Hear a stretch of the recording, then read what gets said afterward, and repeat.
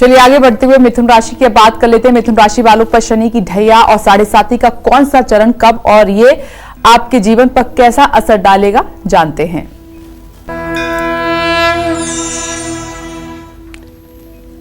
देखिए, मिथुन राशि के जातकों को बताना चाहूंगा कि शनि की 7.5 आपके ऊपर 8 अगस्त 2029 से शुरू होकर 27 अगस्त 2036 तक रहेगी।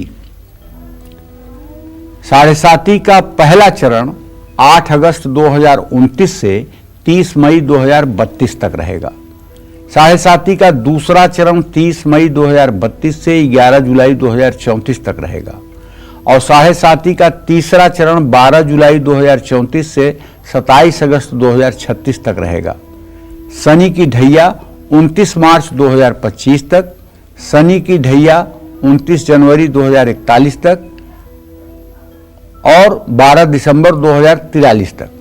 7.5 और सावधानी इसके लिए क्या करना है।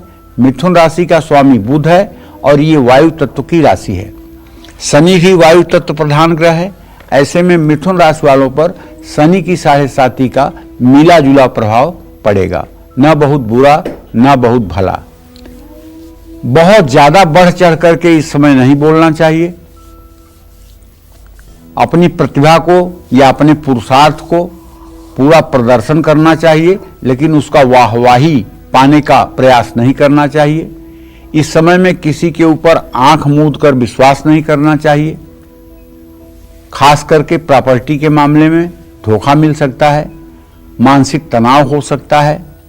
शनि आपके खर्चे को बढ़ा सकते हैं, धनहानि हो सकती है और परिवार और वैवाहिक जीवन में कलेश हो सकता है। और जब भी मिथुन राशि पर शनि की 7.5 आती है तो मिथुन राशि के जातकों का झुकाव नशे की तरफ होता है।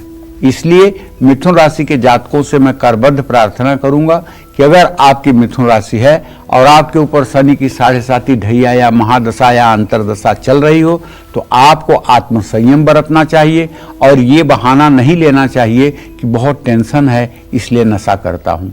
टेंशन का उपाय नशा नहीं है, टेंशन का उपाय धैर्य है। अगर आपके अंदर पेशेंस है, अगर आपके अंदर धैर्य है तो चाहे जितनी बड़ी विपत्ति आपके सामने आएगी, भगवान उसका समाधान भी आपके पास भेज देंगे। बहुत से लोग जब मिलते हैं और उनसे मैं आग्रह करता हूं कि नशा आप त्यागने का संकल्प लें, तो यही कहते हैं कि क्या करें पंडित जी, इतनी ज्यादा टेंशन है कि नींद नहीं आती है इसलिए लेना पड़ता है। ये एक बहाना है सिर्फ। किसी भी टेंशन का समाधान किसी प्रकार का एडिक्शन नहीं है। अगर समाधान ही चाहते हो तो भगवान की शरणागति ले लो। जैसे आपने अपना मकान किसी को बेच दिया तो उस मकान में छिपकली और मकड़ी का जाला जो है वो भी उसी का हुआ जिसने मकान खरीदा है। अब छिपकली आपको निकालने की जरूरत नहीं, मकड़ी का जाला आपको साफ करने की जरूरत नहीं, क्योंकि आपने जिसको दे दिया अब उसकी जिम्मेदारी। उसी तरह से आप अपने को, अपने कुटुंब को, अपने परिवार को भगवान के चरणों में शरणागत कर दो। नाथ सकल संपदा तुम्हारी, मैं सेवक समेत सुतनारी। जैसे रखना हो प्रभु रखिए, जैसे बुद्धि आप देंगे वैसे हम जीवन जिएंगे। हानि भी आपकी, लाभ भी आपका, हमारा कोई श्रेय नहीं। इस भाव से अगर आप कर्म करना शुरू करें और दुख सुख जो भी मिले उसे आप प्रभु की कृपा मान करके अगर बर्दाश्त कर लें तो मैं विश्वास के साथ कह सकता हूं इस तरह के मन में भाव आने से ही कष्टों का समाधान हो जाएगा। जय मां विंध्यवासिनी।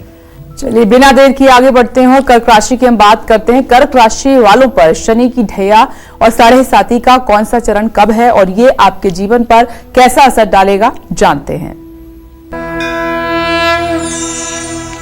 कर्क राशि वालों पर शनि की 7.5 31 मई 2032 से शुरू होकर 22 अक्टूबर 2038 तक रहेगी। 7.5 का पहला चरण 31 मई 2032 से 11 जुलाई 2034 तक रहेगा। 7.5 का दूसरा चरण 12 जुलाई 2034 से 26 अगस्त 2036 तक रहेगा और 7.5 का तीसरा चरण 27 अगस्त 2036 से 22 अक्टूबर 2038 तक रहेगा। तो ऐसे में शनि की ढैया 29 अप्रैल 2022 से शुरू हुई है और 29 मार्च 2025 तक रहेगी।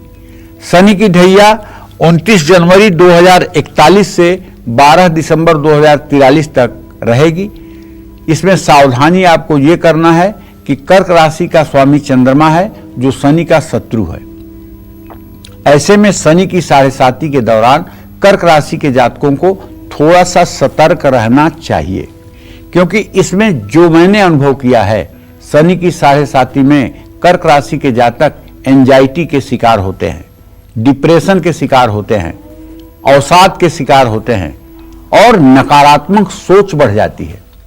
हर काम में अरे ये तो नहीं हो पाएगा, ये तो नहीं होगा, ये कैसे होगा, ये तो मुश्किल है, इस तरह के विचार मन में आने लगते हैं।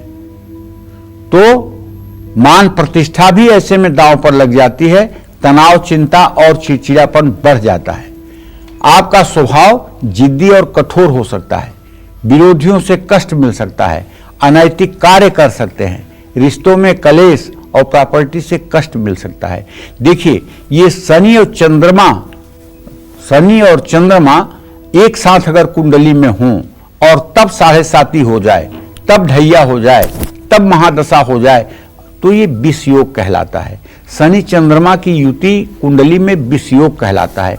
विष योग का मतलब कि अगर दोनों के डिग्री में, चंद्रमा और शनि के डिग्री में 10 डिग्री से कम का फासला हो, तो आप ये मान के चलिए कि ऐसे आदमी को अनिद्रा की शिकायत हो जाती है, अच्छे से नींद नहीं आती है, नकारात्मक विचार उसके ऊपर हावी रहते हैं, चेहरे पर हर समय हवाइयां उड़ी रहती हैं, चेहरे की कांति लुप्त हो जाती है, चेहरा हर समय तनावग्रस्त रहता है। ऐसे में सबसे बढ़िया उपाय आपको बता रहा हूं।